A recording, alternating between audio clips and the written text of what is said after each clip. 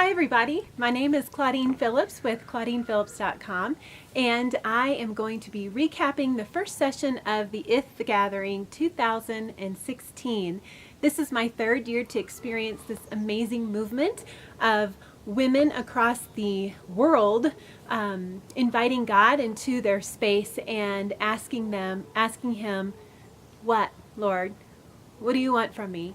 And I got to experience it the first year, 3 years ago, in San Luis Obispo. I hosted a simulcast in my home and invited people that I didn't even know because I was only there a few months, and they came to my home, and those people actually ended up being very good friends of mine, and I was so honored to experience the first IF Gathering simulcast in my living room with my newborn. It was an incredible experience. And then the second IF Gathering, I got to actually be in Austin, and let me just tell you, if you haven't watched the videos from last year, I highly recommend it. It was a revival, and it was an experience that I was not expecting. I came with expectations, and I came with an agenda, and the Lord left me humbled and created a space for me the following year to do the work that He called me to do. And I will be sharing that with you over the time that we have together. And then this year, I've changed it up a little bit.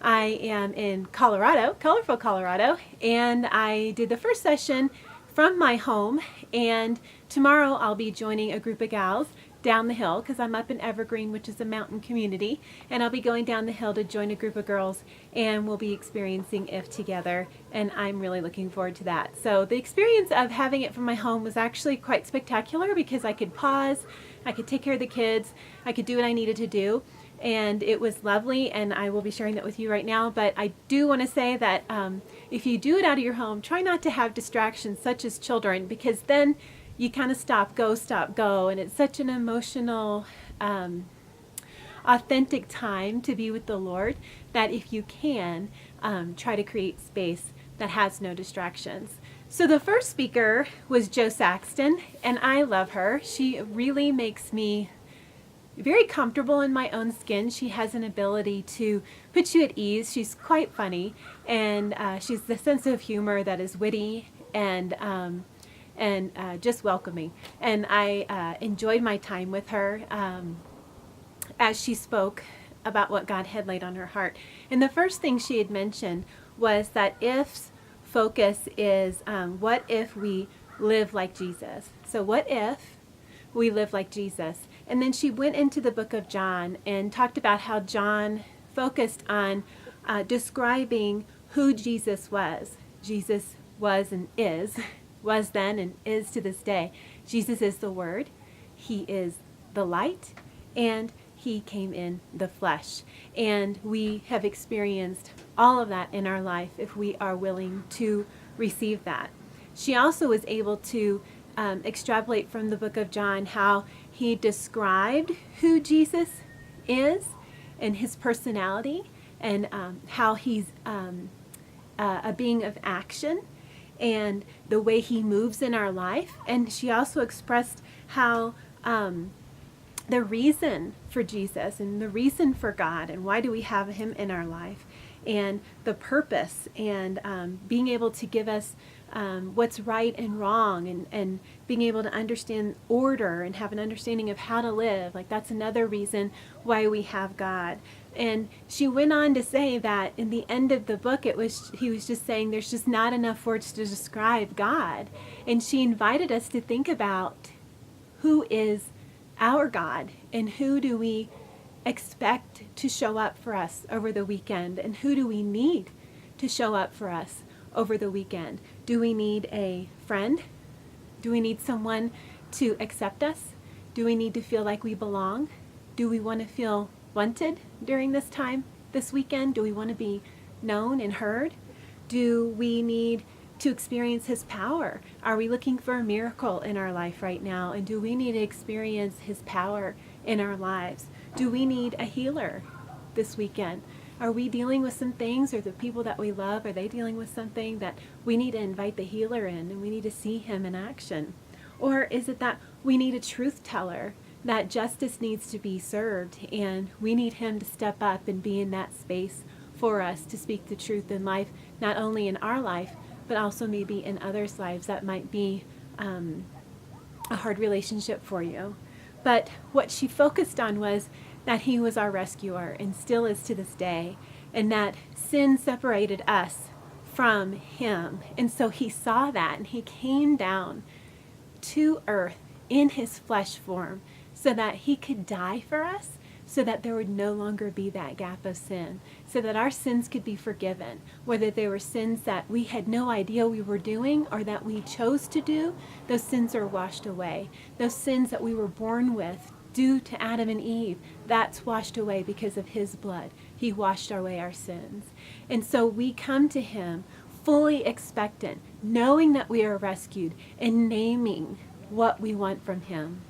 You might be here and you might be like, I'm really not naming anything right now because I'm in a good place. And that's amazing. And I applaud you for that. And you are welcome in this space. And I invite you to be in a place of just spaciousness, to say, okay, God, I'm here and I just want to experience you and I just want you to flow all over me. And in their little breakout session, like after she was done speaking, one of the questions was, who are you expecting to come? And for me, my expectation isn't necessarily, this is what I want. Last year, that's how I came. This is what I want. And I want to say this year, I'm open. I do want to hear some affirmation from him. I do want to hear direction. I'm going in a direction in lots of ways in my life, and I just want to make sure that's from him. But more importantly, I'm coming with my arms open and my palms up saying, okay, Lord, what is it that you want from me this weekend? I want to hear you. And so that's what I'm coming. My expectation actually is that I want to hear him. And maybe that's yours. I will pray with you as I pray for V on that. And she summed up her talk with such power and such grace that I just wanted to say this over you. Maybe you need to hear this. I certainly enjoyed it and needed to hear it. And I thought, you know what? Maybe somebody that's watching this right now may want to hear it too. So she mentioned how God is a redeemer in our life and he came to redeem. And she asked us, what have we lost in our life?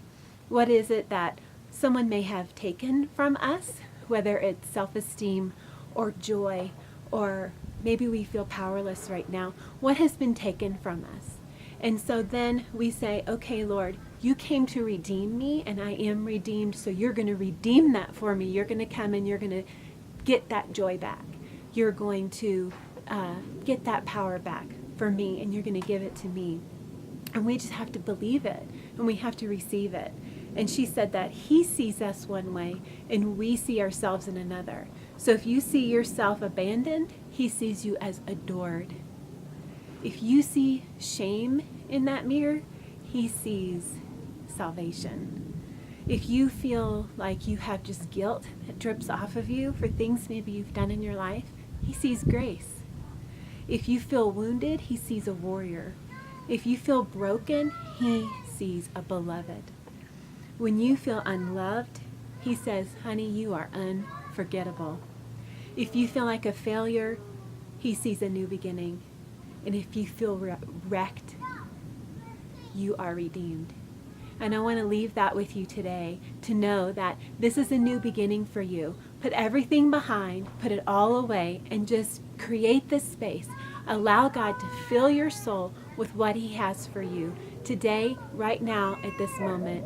She was such an inspiration for me, and that's where I am right now. I'm here and I'm ready to receive what God has in store for me, and I hope that you're with me on this, and I will see you on the next video.